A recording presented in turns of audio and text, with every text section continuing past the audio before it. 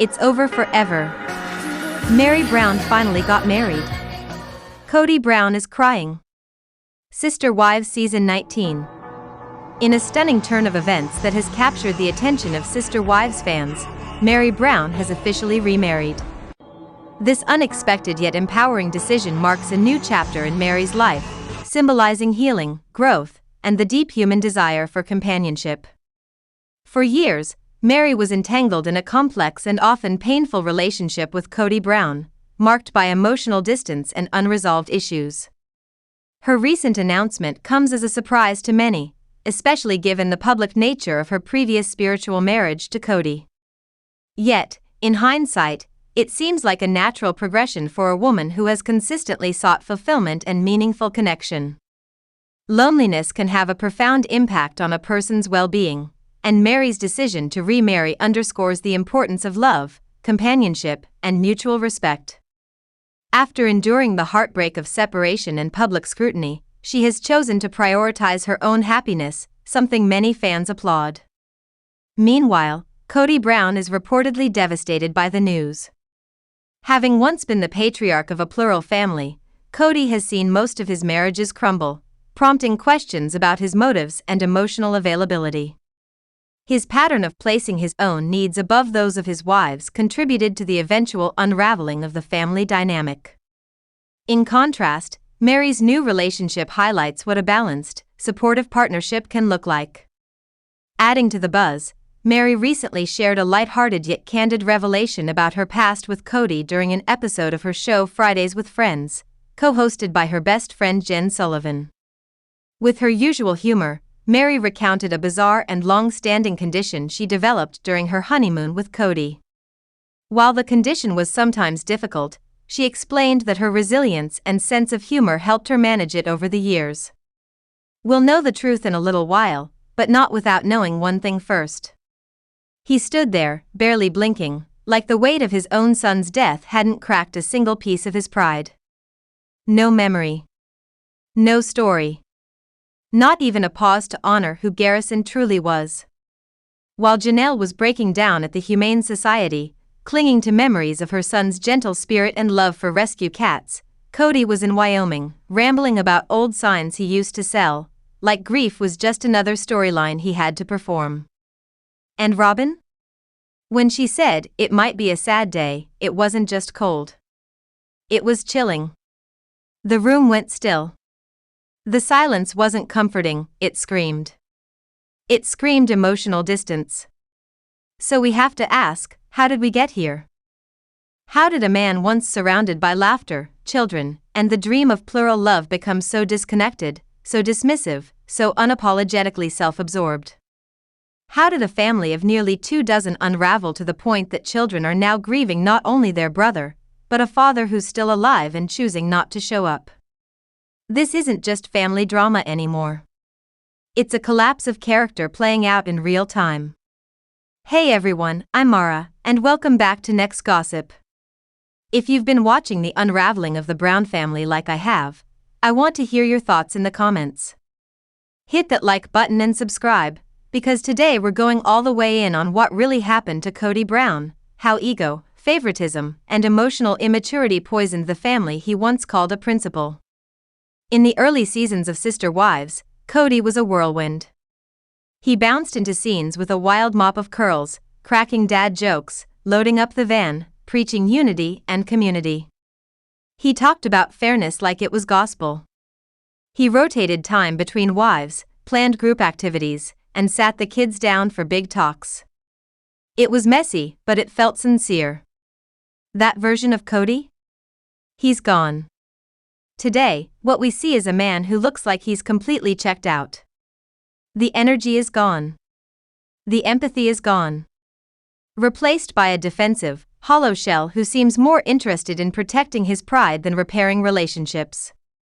His role as dad feels performative, something he wears for the cameras, not for his kids. And the kids? They've noticed. They're not just hurt. They're exhausted.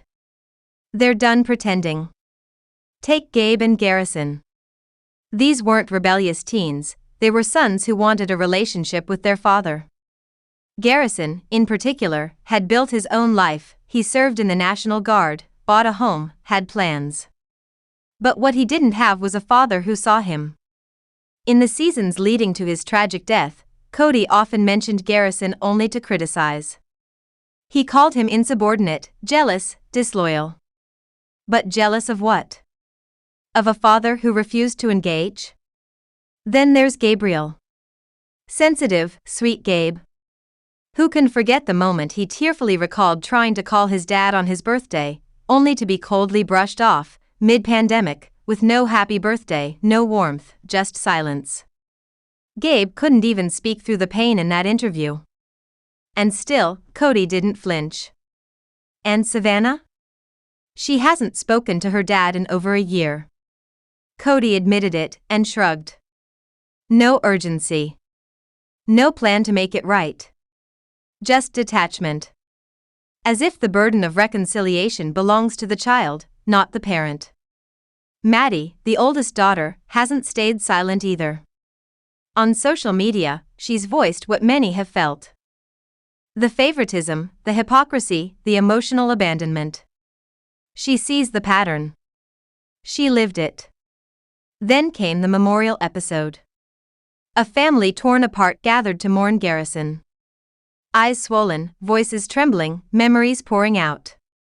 Meanwhile, Cody and Robin were off in Wyoming, riding stagecoaches, reminiscing about signs they used to sell. No mention of Garrison. No pause. No shared grief. Robin said it might be a sad day. And that was it. Not I'm sad. Not he was loved. Just distance. They had time. They had cameras. They chose not to use them. And when Cody did speak about Garrison, it became about himself. I held him first. Grief is complex. It shows up in different ways. But when every sentence starts with I instead of he was or I miss, it stops being about loss and starts being about ego. The rest of the family mourned a son, a brother, a friend. Cody mourned his image.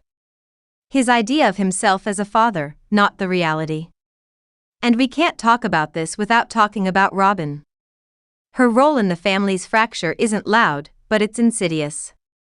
For years, she's presented herself as the soft-spoken outsider, the misunderstood wife. But behind the shaky voice and carefully placed tears is a pattern of emotional manipulation that's hard to ignore. Robin has long claimed she was excluded. But in reality, she contributed to the divide. Her connection to Cody became a wall between him and the rest of his family. And after Garrison's death, her detachment was palpable. This isn't just about not being close with the other kids. It's about choosing not to be. Choosing distance. Choosing silence when presence was needed most. So what happened to Cody Brown? He stopped being a father and started being a brand. He stopped listening. He stopped showing up. And in the end, what collapsed wasn't just a plural marriage, it was the foundation of trust, connection, and love that once made this family feel real. This isn't a love story. It's the wreckage. And it's time we stop pretending otherwise. In the most painful episode of Sister Wives to date, the one surrounding the tragic passing of Garrison Brown, the emotional fractures in this once expansive family were no longer subtext. They were front and center. And what stood out the most wasn't the shared grief. It was the absence. The cold detachment. The hollow responses from the very people who should have cared the most. Robin Brown, for instance, didn't seem heartbroken. She seemed inconvenienced.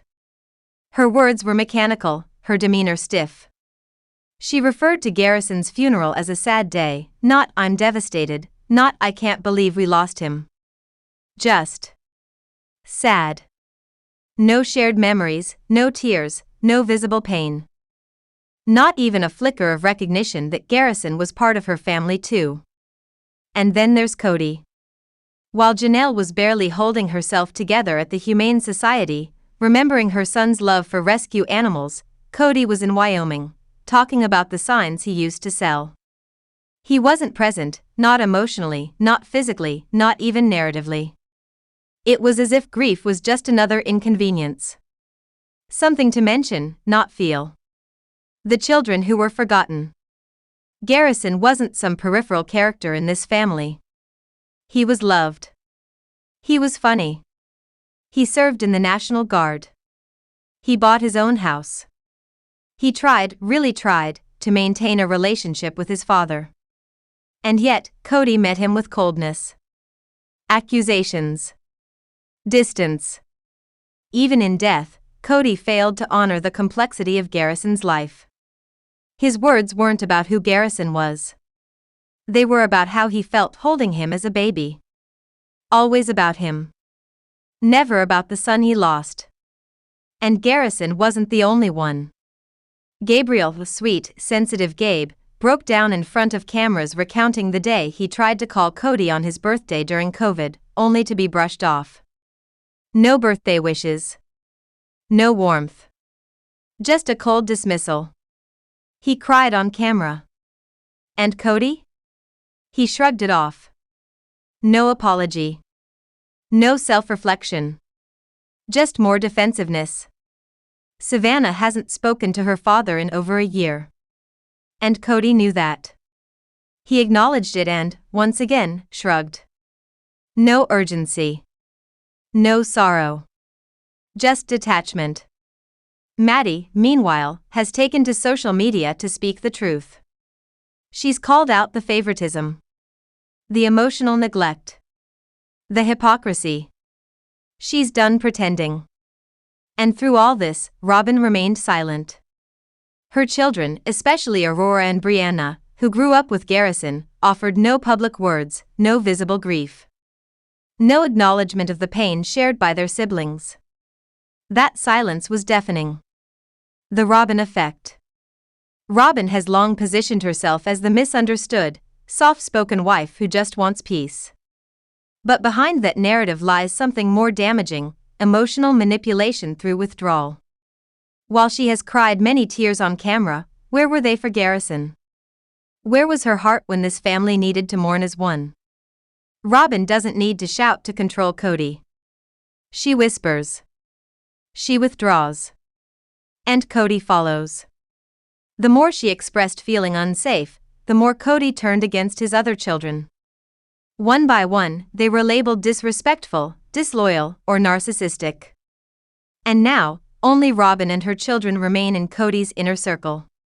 This isn't just sad. It's infuriating. TLC's role in the narrative. Then there's TLC, the network that has enabled and, frankly, exacerbated this dysfunction.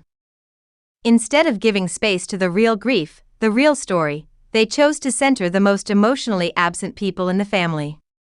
We got a brief, gut-wrenching scene of Janelle mourning Garrison at the Humane Society, cut short so we could watch Cody reminisce about selling signs. We watched Robin and her kids on what looked like a vacation, laughing and sightseeing, while the rest of the family mourned. It was tone-deaf. It was insulting. And it was a choice. Fans noticed. Viewers are skipping episodes, fast-forwarding through every Cody and Robin segment, even threatening to stop watching altogether. People signed up for a story about love, resilience, and growth, not a platform for two people to rewrite reality while others suffer in silence. The real pillars of the family. While Cody and Robin spiral in their bubble, two women have carried the emotional weight of this family, Janelle and Christine. Janelle has remained the steady force, the calm in the chaos. Her grief over Garrison was quiet, raw, and real. She didn't ask for sympathy. She didn't perform. She simply stood in her pain, holding it together for the rest of her children with a strength that needed no words. Christine has undergone one of the most powerful transformations in the show's history. From quiet compliance to fierce self-advocacy, she drew a line and said, "No more." Her decision to leave Cody wasn't just a rejection of neglect, it was an act of survival. For herself and for her children. And their kids? They're thriving. They're emotionally aware, articulate, and self-protective. Maddie's candor. Peyton's insight. McKelty's empathy. These are children raised not just with love, but with emotional intelligence, something Cody has never been able to give them. The truth we can't ignore. Cody wasn't just a bad husband. He failed as a father. He let ego trump empathy. He abandoned the children who needed him most. And while he once sold viewers the dream of a big, loving plural family, what he delivered was a slow-motion implosion. And now, viewers are asking, when will it stop? When will the story stop revolving around Cody's self-pity and Robin's manufactured tears? If TLC wants to tell a story that still matters, they need to shift the spotlight. Away from Cody. Away from Robin. And onto the women and children who have shown true resilience. The ones carrying the emotional wreckage left behind by a man too absorbed in his own narrative to see the damage he's caused. A new chapter. This story doesn't have to end in dysfunction. It could be about healing, growth, accountability. But only if the narrative finally shifts. Now I want to hear from you. Do you think Cody can change? Can this family ever truly heal? Or is this the inevitable unraveling of a structure that was never built to last? Drop your thoughts in the comments. Subscribe for more breakdowns. And don't forget to like and share if you believe it's time to tell the real story, the one that honors the truth, not the facade.